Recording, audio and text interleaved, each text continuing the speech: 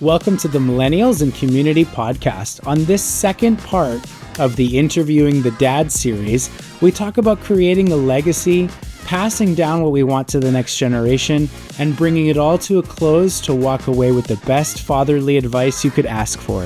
Thank you for being part of our community.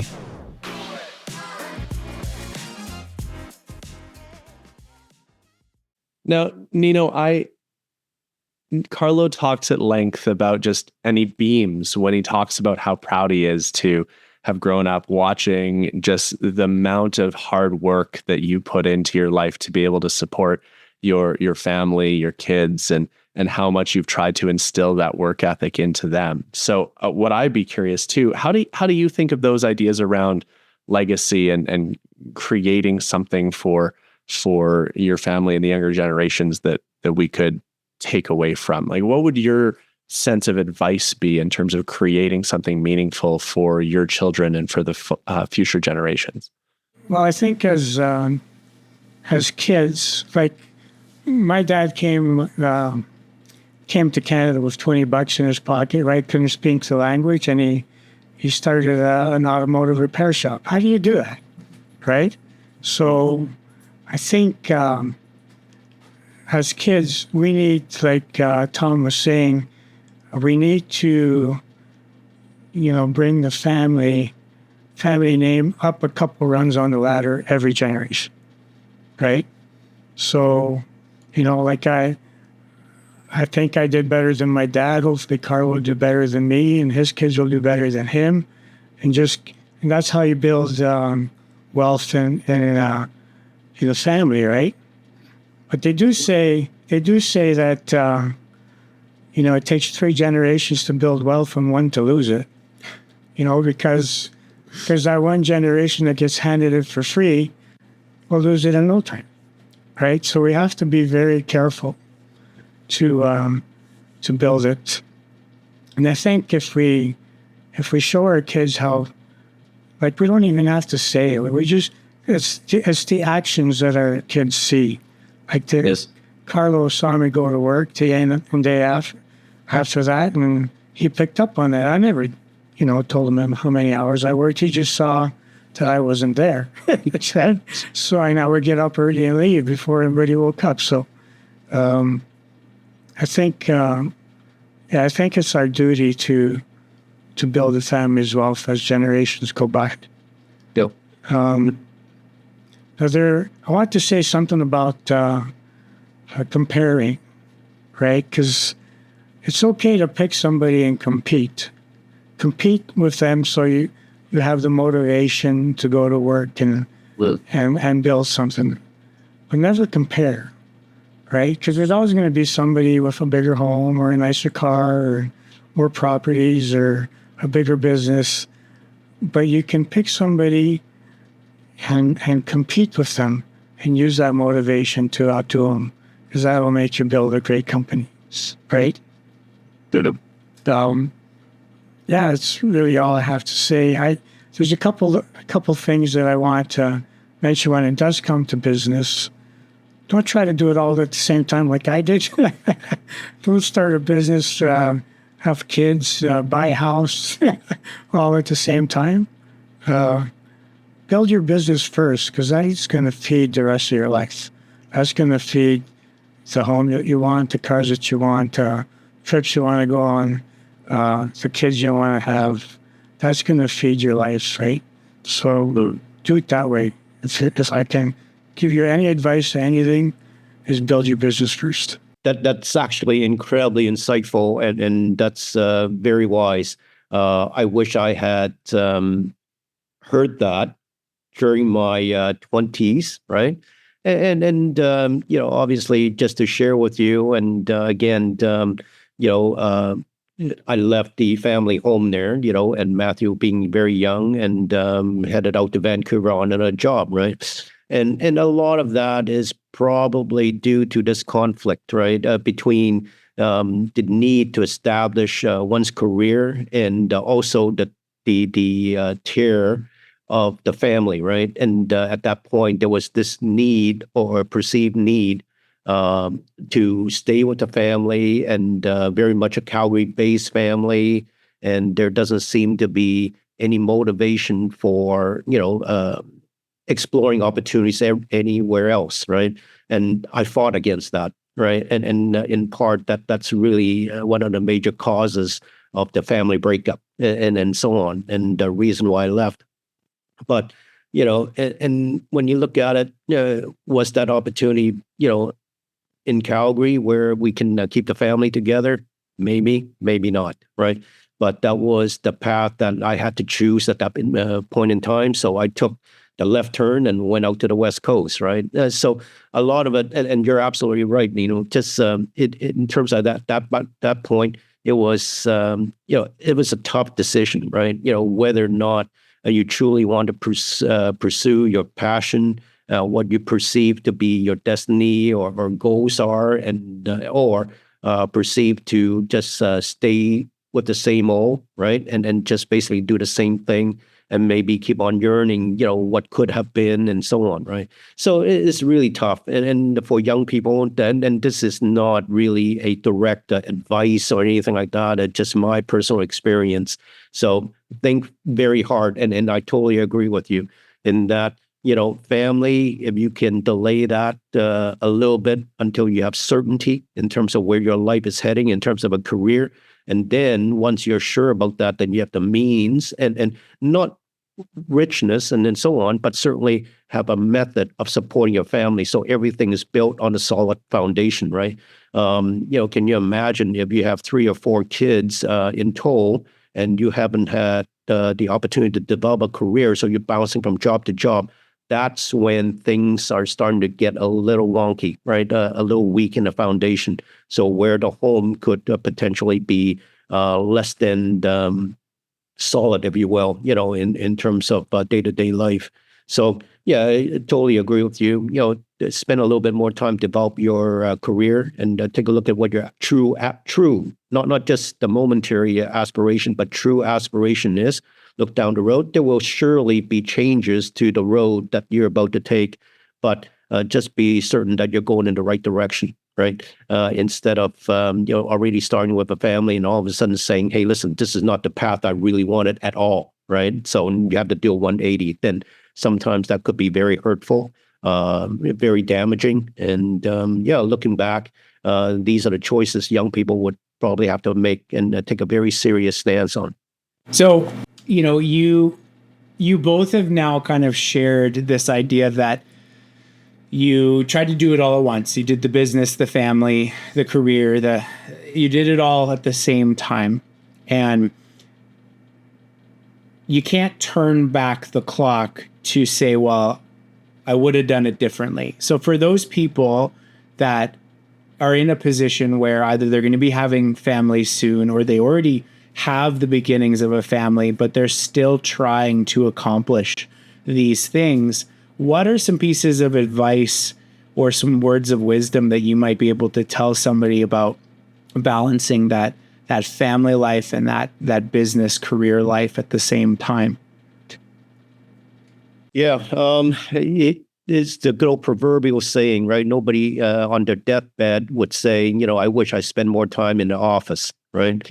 And what people don't tell you is, if you haven't spent enough time in the office, your life would be a lot different. Let's put it that way. And it may not be a place where you wanted to go. So, that's interesting advice that people give you. But in terms of developing a career, trying to juggle a family, just understand what your priorities are, right? And this is by no means stringent or religious or anything like that. Make sure you set some time out for the family, right? We can all work hard.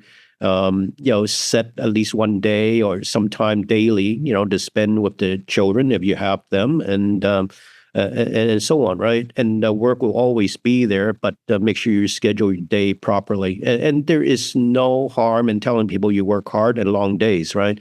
But you surely can spend and block out some time for the family, right? However little that might be, but make sure it's regular. And the family expects that they have exclusive time with you during that particular period, however little that might be. But also too, you have a lot more time than you think you do, even though you have busy day and so on, right? And the good old adage, if you want something done, give it to a busy person. You always find ways of doing it.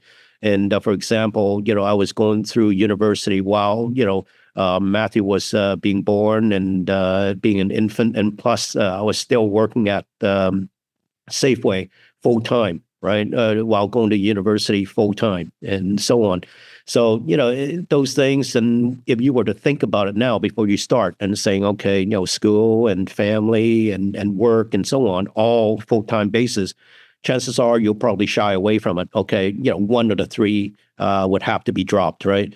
But when you're young and stupid, you just don't know any better, and then you're just saying, "I'll do it until I fail something," right? And so you'd be amazed how much you can actually achieve, right? And so don't be afraid, don't be shy about it. Just identify your goal and just give it all you have, and the family life has to come along for the ride, instead of being discarded. So.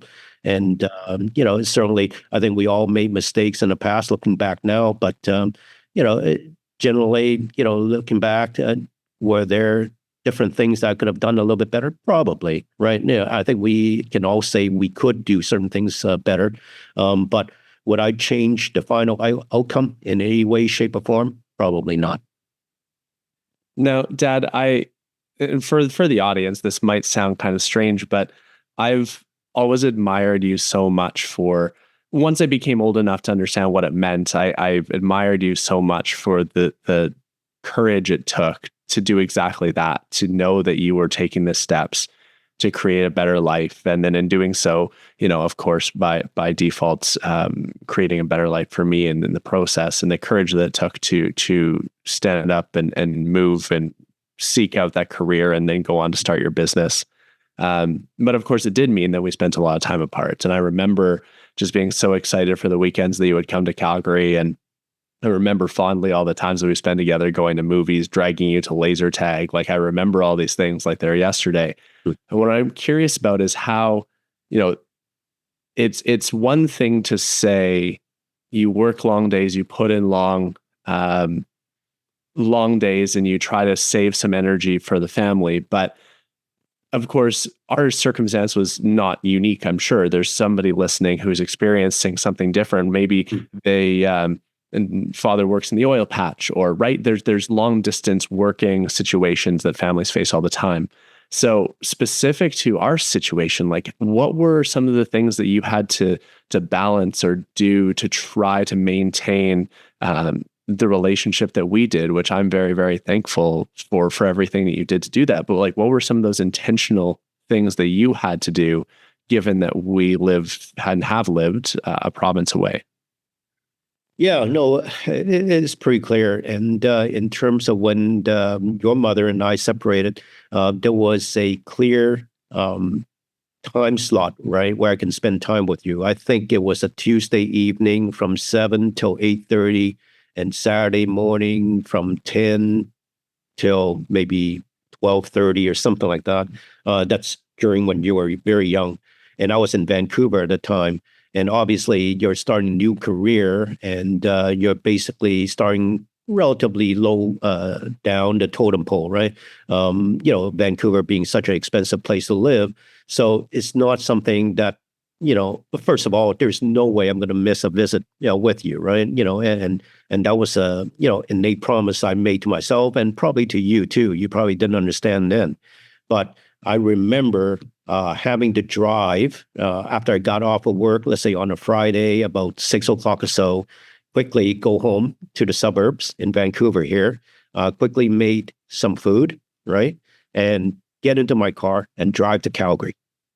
So that's 10 hours, 10 and a half hours, because at night it's fairly quiet, the highways, and you can make pretty good speed. And then you stop at Kamloops and Golden, and then so on. And I would generally arrive at about 4 in the morning, maybe 5, and sleep in the car for about 3-4 hours, and then come visit you, right? And those were tough times, right? So, but I'm glad I did it looking back, because I would have never forgiven myself if I basically saying, this weekend is probably too tired, and just give them a phone call, be done with it, right? But like I said, those tough times, they never last, right? You'd be amazed how quickly time goes by. But looking back, that was something that I would have never forgiven myself had I not done that, right? So again, those are the right moves, and it's always tough, right? And again, I'm not saying this story is unique to myself. There are other parents out there doing exactly the same thing, but just never take the easy way out, right? Because you'll regret it if you did. I'm just gonna say wow. I'm saying wow on that. Like I'm very blessed. My dad has been at most 45 minutes away from me at every time. Luckily, he calls before he visits. But that's the side of a household. Both my parents are still together that I never saw. So to hear that story and to hear, Tom, your commitment to being able to see Matt like that is very heartwarming and heartfelt, and I can feel the love that you have for Matt there. So, wow, thank you for sharing that story. That's a very interesting side to hear from. Well, it's a tough story to tell, right? It's not something that you generally try to share with too many people because they probably don't understand, right? Why do you leave a young family to begin with? But circumstances dictate that it has to be done, right? At that point, anyways, as I understood it to be, right? So now looking back, and Matt is doing great, and so on. There's no regrets in any way, shape, or form. So. So, Nino, I question for you. My dad tries. He tried to get me interested into his business, and while I'm very interested and in awe of the things that he's done in his career, the projects that he's created, he hasn't been so successful in actually enrolling me into the family business. Now, I know that you've had much more success with Carlo in terms of enrolling him into the family business. So I'd love to hear a little bit more about your experience in terms of how you inspired Carlo to be a part of the business with you, and what's it like to have that level of a business relationship or a colleague camaraderie, if you will, in that way with your son? Well, the first business I have, the auto repair shop, I kind of pushed him away from that. I didn't want him to go through the same life that I did, because I knew there was better lives out there to be led, right? So that one there, even though he did come in, he learned the basics and everything like that, that was good enough, okay? He could have probably, if he was in the business with me there now, he could have took over years ago, right? But I didn't want him to have that life. My dad didn't want me to have that life. I just showed up to help him, and I woke up 32 years later still in the same trade. Right? So I just made sure that he wasn't caught up in that life by accident like I was. I would like to clarify. He paraded other industry veterans for an entire day. Lunch, coffee, over and over, these different people basically slapping me upside the head saying, don't do it. So when we say he steered me away, no, he like battering rammed me in the other direction. Right. Now, the second business that we have that I saw, now this was a true opportunity where he could be very successful and use, his qualities to the top, that he could become, one of the top leaders in the whole company. Right. And so that there, he didn't really have a choice either. As soon as he turned 18, he got forced to come out and check it out. And we said, you're in the business. No questions asked. Right. Because I could see that it was a life worth living, that he could do very well there. Right? And it steered him away from working with your hands to working with your mind. And I learned a long time ago that you can make a lot more money working with your mind than your hands, no matter how hard you work. Right? And he's kind of a natural leader, so he's good that he could build people and educate them and train them to help them build their own business.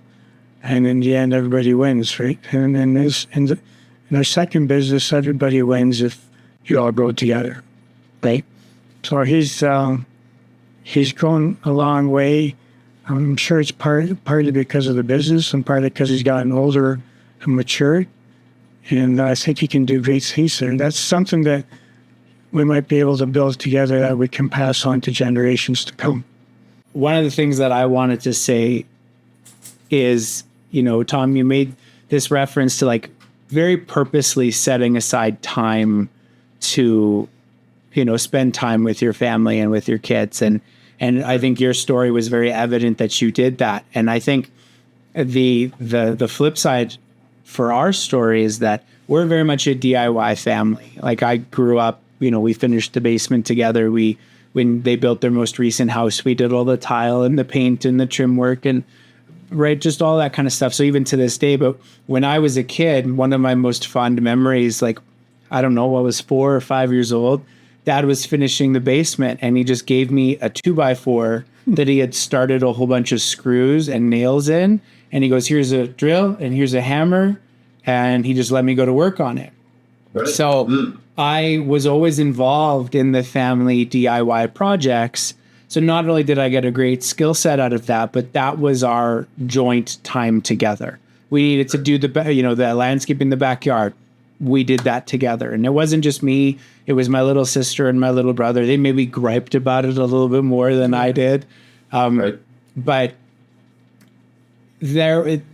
I think the point of what I'm trying to say here is that it doesn't really matter whether quality time for a family is, a vacation on a beach in Mexico, which, we had those too, or if it's just being together, working on a family goal together. I think both of those can be just as impactful. But the key point of it is the time together. It's the very deliberate, as you said, time together. And like Tom said, there's so much time in a day that people waste watching TV in the evening or doing nothing to grow or read or learn, right?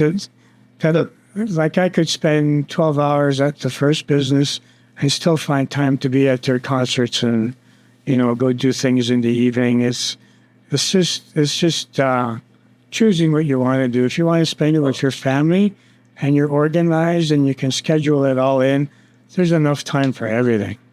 No, absolutely. I couldn't agree with you more. Absolutely. We've talked about a lot of things so far. I'm absolutely loving this on both sides.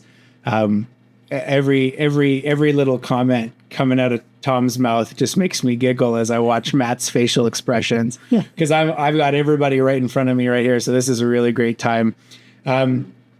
What if you were to say, hey, there's this one thing I have been trying to drive through my son's thick skull his entire life, and he ain't getting it, what would that thing be? Oh, geez. That is tough. You know what? Matt is an incredibly intelligent man, right? Or kid, as I know him to be. And even though there are some things that he started that I don't necessarily agree with, eventually he will see the wisdom of my ways and what I'm saying to him, and he's starting to move off of it. One thing that is still a bit of a touchy spot with me is this whole thing about dancing, right? And I knew exactly where you were going. And it just trust me, nothing makes a father prouder when you see a 31-year-old man, just starting to twist his backside on the dance floor, right? With 6 women following him. And, and people just saying, Tom, you must be so proud. Oh, you just don't know the half of it. It's just like, I'm happy for him. I mean, that's great. But just at some point, Matt, you just have to grow up. And I say that actually now thinking back, that's probably to a high degree of jealousy more than anything else. But one time he showed up, here in Vancouver saying, yeah, I'm coming out. I have a couple of gigs I have to do. And it's dance size. And he started showing off his bright red runners and pink tights. And I just said, as a father, you kind of look at that and just saying, oh, geez, this is not good. Where did I go wrong with him? But and again, it's something that he enjoys doing, and then he's good at it, right? And the other thing that I actually have a good chuckle on is that he is good at so many things. But he said, "Dad, I'm coming out to Vancouver again." I said, "Oh yeah, great, fabulous. What are you doing?" "Well, I'm actually working a wedding." "Working a wedding? What do you mean working a wedding?" "Well, I'm actually an MC in Jewish bar mitzvahs." "Huh?" Right? How exactly did you get into that? And too bad. And I don't have a screen share or whatever, but we did take a few pictures of some of the sequin jackets that he's in possession of, right? And I tell you, between dancing and wearing a jacket like that, you're just saying, boy, any father would be so proud of you, son. And but that's something that this is more of a good laugh than anything else, right? But are there things that I would wish he didn't do? Well, sometimes he could listen to me a little bit more, certainly in the areas of financial advice. And but just a few years ago, when I'm starting to tell him, look, you actually do have to put some money aside, right? Rainy day fund and emergency fund and so on. "Yeah, got it, Dad." And so he said, "Dad, I'm going to put a little bit of money. Where should I put?" "Okay, try Quest Trade, right? Just you don't have a lot of money, but just put it aside." So I told him a few stocks, right? Very safe stocks to put in. And that's something that you can sleep at nights and you don't have to worry about it. Market go up and down and so on. I explicitly told him at that point, that's when the cannabis stocks are going through the roof, right? And Canopy and so on, right? And I explicitly told him, you can put your money in anything, Coca-Cola, what have you, doesn't matter, right? Microsoft, right? Disney, they're all good. And he said, yeah, Dad, I got it, and so on. And what happened? A year later, he kind of sheepishly told me, he said, "Yeah, Dad, I kind of listened to you, and I didn't. I actually did put some money in cannabis." And well, Matt, how did you end up doing? "Well, not well. There's nothing there now." So, and to me, that actually, looking back, that might actually end up being a very good lesson, right? Even though he didn't listen to me at the time. So I think it's a relatively small amount. So thank God for that. So hopefully that little lesson will forever be ingrained in his head, right? Don't invest in anything that will go up in smoke, so to speak. This is a brilliant double entendre. Well done. It's quick on the trigger with that one. And I will have you know that I was just listening to all the advice that you gave me throughout my childhood of how important it is to be a really confident orator and a really to carry a strong presence. And you happen to mean it in the context of a boardroom, but I can't help that I took it literally and put on sequin jackets and speak on a microphone to hundreds of people. So, same impact. I listened to your advice. I just took it a little too literally. Yep. Well, you and I would just work a different room, let's just say. That's right. Mine just has a few more bright lights and a little bit louder music, but That's all. Nino, what about you? What are some of those things that you really tried to impress upon Carlo that you're still pressing? Well, Carlo's a really caring, sensitive individual. Yep. And he cares a lot, especially what people say. So if I could press something on him, is to hit that switch. I don't give a damn switch. Hit that switch. He doesn't have that switch yet. If he had that switch, he would have a lot easier life. Right? You gotta really go and do what you think is right and not really listen to anybody, right? You could listen to, some of your mentors maybe and take some of their advice, but the naysayers, the people that are there just to shoot you down because they're too lazy to do it themselves and don't want to see you succeed, you got to turn those people off. And he has a hard time doing that, right? I learned a long time ago, just hit the switch. If you hit the switch, life is so much easier. So I'm working on him to see if he can do that. And it's not like you're not caring. You just know when to care and when not to care, right? the people you deserve caring about, and the people that don't deserve caring about. You just got to distinguish that, and you got to turn it all off, and you go build a hell of a life. Yep. But presumably now the two gentlemen in front of us, they're in their 30s, early 30s, and so on. And presumably we have taught them well, or at least they have enough of a life lesson now that they are in a good position to discern what is right and wrong, right? And not to say don't listen to anyone and just stick to your own mind. Always listen, right? Because you never know where you will find some nuggets of truth somewhere, right? That would help you to even go onto your path even easier, right? Or make your own life a little bit easier. So never tune off everyone, but just know what you're listening to, right? And the source and the motivation of that message, right? Some of it is absolute noise, right? And there are reasons why people want to put you down, but in that itself is a lesson as well, right? And so take it for what it's worth, and everything makes you stronger, and it really does. The only time where it makes you weaker or less a person when you're ignorant to the lessons that's all around you, right? Just be open to everything that life gives you, right? That's really the only advice, a true fundamental advice I can give to anyone. Be curious, be open to everything that the world has to offer you, right? Listen, don't tune things out right away. It may not be for you eventually, but give it some time. Think about things, deliberate, with yourself, with your inner self, and also with the people that are closest to you, right? Your family, your spouse, your partner, or what have you. So listen to yourself and proceed accordingly. So don't ever tune anything out right away. Yeah, I would agree with that. So, Matt, I want to throw a little curveball to you and I, sir. This was not in our show notes in any way, but we just got the wisdom from the original, the V1s of each of us here. What kind of advice or nugget have you been trying to or wish to instill upon your father that you wish he would listen to? Oh, this ought to be good.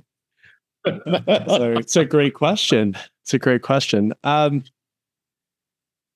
It's funny because I think in so many ways, when we started, my dad made a joke about the apple not rolling that far from the tree, and I, growing up, always used to make the joke, well, the apple tried to roll, but it came across a hill and then just came bounding back. And so when I spend quality time, I realize that in so many ways, I'm a mirror of my dad in terms of ambition, in terms of desire to succeed and have an impact, and admittedly in drastically different fields. And I mean that seriously, not as a joke based on the previous bit. But I think that I would encourage, or my advice would be for Dad, for you to listen to the same advice about patience and being curious and listening. I think that the older that all of us get, the more we become rooted in a certain certainty of how we think the world operates. And I think it can be really easy for us to take for granted that while history does repeat itself, new things still do happen each and every day, and that we don't, in fact, know as much about as many things as we think we do. And so I know you to be curious. I know that because I've come to the house and you've had a 30-foot radio antenna set up from the north end to the south end of the house, trying to pick up a radio signal from Japan. And so I know you to be a curious person, but I also it didn't work, by the way. Well, you wouldn't, your Japanese isn't that great anyway, so you wouldn't have had much to say. But I think that in that, there's still so much room for you to continue to be curious, even if it's about things that you know that you've attained a level of mastery of in your life, and to know that there's still room to listen, still room to grow, still room to learn. No, that's absolutely true enough, right? And if you, I don't know about you, Nino, and the way I look at my life right now, right? I'm at 62. and looking to retire fairly soon. And if you look at my parents, my father passed away at 94, and my mom is still going strong at about 93, and so on. So it's reasonable to expect, that I will have a few more years left, right? So I looked at my first 30 years as a bit of a period of self-discovery, if you will. I like to label things, right? And then from the second 30-year period is basically building a foundation, family, having a home base, having a solid career to call your own, and all those wonderful things. And I was fortunate enough to do a lot of traveling for work and actually for leisure, for that matter. And now, as I go into the back third, if you will, it is it's really now for a situation of self-fulfillment, right? Based on the first 2/3 of the life, and then exploring new ideas, new places, and accepting new ideas, and so on, right? Because quite frankly, my livelihood doesn't, need me to be very stringent anymore, to believe in one set of facts and so on, right? So I'm very open to everything, new ideas, new experiences, and maybe more traveling and so on, right? So again, that's why when we first discussed this, this whole session, the key word is curiosity, right? Be curious, because the whole life is laid out in front of you, depending on how hard you want to go on that road, right? And there are new experiences everywhere you go, and that's what I live for. So.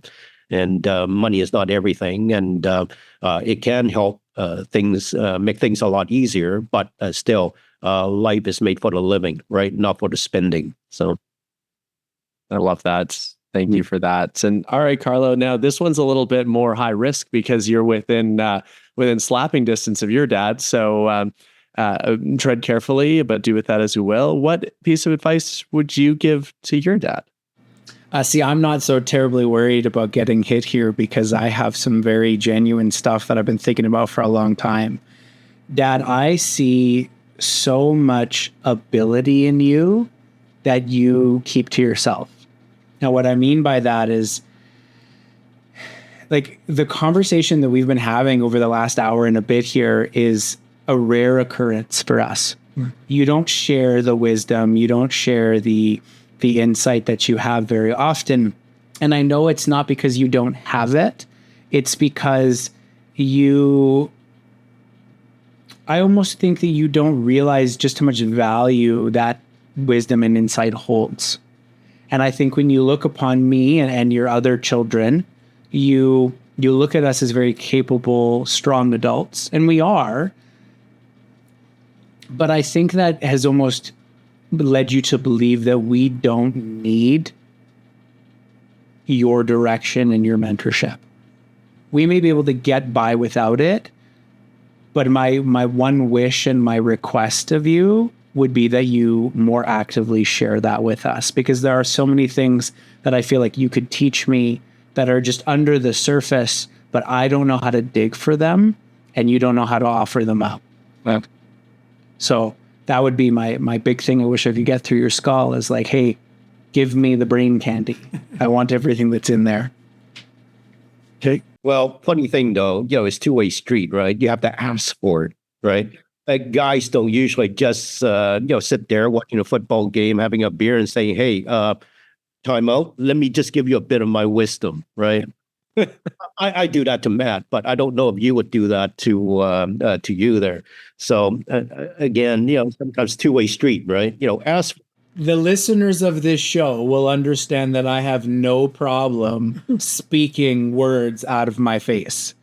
That is not the problem we have here. No, fair enough. No, but Matt and I, we, and he's never one to shy from asking or so on, right? If he has a question, he'll just come out and ask, either by text or even for work, right? And if he has a question or even a proposal, a tough proposal to write, and that's something I'm very proud of, and happy to do it. And he would send it and just say, Dad, would you have a look, right? How would you reword this, and so on. And to me, I'm so glad that he does that, right? And because that is in my own small way I can help, right? That I can again show him maybe a different way of doing things, right? That he may not be aware of before. So being living apart, that's the only way that I can contribute. And occasionally he does come out to Vancouver, and we would have very good heart-to-hearts, right?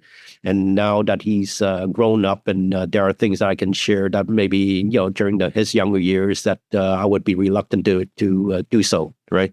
So tons of good, and certainly so glad that he has grown up to be where he is at now. And I think the road is still long. He's got the whole world ahead of him, and but looking forward to sharing all of that experience. No, I appreciate that. Thank you for that, to both of you, for all of the wisdom. And I think that, my sense is we're getting to the place to start wrapping this up. And we have a tradition on our podcast that we like to extend. And it's an extension of a habit that we started quite some time ago as friends. And it's just taking the time to express gratitude. So I'll go, and then I'll get Carlo to go, and then we'll leave the last words in whatever form that takes to both of you, wonderful gentlemen. I just want to say that I'm so grateful for both of you. I think that there's still such a stereotype of, and it leads much to what we were talking about, of men not offering themselves up, not being vulnerable, pulling punches in some respects, and not sharing all of the things that are available to them. And I've been so blown away in the last hour and a half over the course of the episodes here, of all of the things that you've been willing to share, and the ease of which you've been able to share it in this platform, which is challenging in and of itself. And so I'm just so grateful that you would take the time to not only be here to share your wisdom with us, but to be a part of an endeavor that we've been working on now for a while. And that tells me how proud you are as parents, how invested you are as parents. And I'm just really thankful that you both took the time to be here with us, but also to share everything that you did. So thank you. No, certainly happy to be here. But to be honest, though, before we came on, and certainly speaking for myself, I just thought, what do four Bubbas have to talk about? Just don't start dragging out. Let's talk about our feelings, kind of thing, because it'll be a very long 5 minute of a discussion, right? And but as it turns out, it's actually very interesting, just recounting some of our experiences and watching these two young men growing up, right? And then to the great people that they have turned out to be, right? So, extremely proud. And we can certainly honestly go to bed happy, and just knowing that we have, in a very small way, have some degree of input into that creation, right? In terms of the fine adults that they have become. Yeah, I want to very much echo Matt's sentiment. It's when we do something like a podcast, like we were sharing a little bit beforehand about how we love doing this, but it's an uphill battle to get people to listen to us, to engage with us. We hear such great feedback from people, and yet it doesn't feel similar to what you were saying at the beginning of the episode, Tom. It feels like we're not being patient. We just need it now. We need this thing to grow and be massive. Right? And I'll tell stories to Dad here, and I'll be like, well, this is what the latest episode is. I go, did you watch it? And he goes, well, no, not yet. And you're like, I can't even get my own dad to watch the thing, right? And you know that it doesn't. By the way, I wasn't so different. So I share that same thing. We know that it doesn't come from a place of malice. We know that, it's just one of those things as we go on this endeavor. So to have you guys, one, be so willing to come on here and share this with us with that little bit of uncertainty of what the heck are we even going to talk about? And then to come on and show up in the ways that you have. And, speaking on a personal level, Dad is the quiet one in the family. He doesn't say a lot of words, but when he does, they're impactful and they're insightful, and they can even be funny sometimes. So to have him on here, and Tom, you to have on here, I'm so thrilled. I know that this is going to be an episode that Matt and I are going to discuss and look back on, and replay and re-listen to over and over, because I think it's a very rare occurrence for two sons to have a recording of their parents telling them all the things that they believe in them about, all the things they're grateful, the things they're not grateful. Just like this is for me a once in a lifetime opportunity, and I'm just very grateful to have you both. So thank you very much. Look, this is going to be copied by Dr. Phil very soon. Bring it on, Doctor. Well, and Dad, this can be part of our long awaited application to Amazing Race that we've been talking about for years. Yeah. Okay. Your old man is actually getting old, so starting to lose a step. So you probably have to do all the running on a show like that. I just want to thank Carlo and Matt for coming up with the idea and just getting us together to actually talk about things like this. When you go through life, how rare would it be to actually sit down and talk together? You can find the time and take the time to do it. It's just not, doesn't happen, right? So just thinking of the idea and inviting us out turned out to be okay, I think. So yeah, no, it's actually interesting too. Obviously we don't know each other from before, lead very different lives, but, the circumstances and our opinions and views and advice for young people are actually incredibly similar. So be curious, work hard, and, go forward with conviction. That's all you can do. Yeah, I love it. Well, I think that brings us to a wonderful natural close for this episode of the Millennials and Community Podcast. I've been Carlo. This is my dad, Nino. And this is me, Matt, and my dad, Tom. Thank you guys so much for joining us. You know what to do, all those YouTuber things, like, follow, subscribe, share us. If you did not find some sort of fatherly wisdom ingrained in this episode, you weren't listening. So I go back, listen to it, find it, clip the audio, make it your morning alarm clock for encouragement. Get out there, get her done. We'll see you guys next time. Thanks, everyone. Thank you. Hi guys, it's Carlo here. Thank you for listening to our latest episode. It's the support of our community like you that allows us to continue to grow and make this into something truly extraordinary. If you enjoyed today's episode and you would like to listen to it without the interruption of ads and maybe even experience some bonus content, I'd invite you to join us on our newly launched Patreon. And if maybe that's not something you can do right now, please consider liking, subscribing, sharing, and commenting on places like YouTube, Instagram, TikTok, LinkedIn, Facebook, all that good stuff. You'll find us under @Millennials and Community for pretty much all of those. Thank you again for listening, and we'll see you again soon.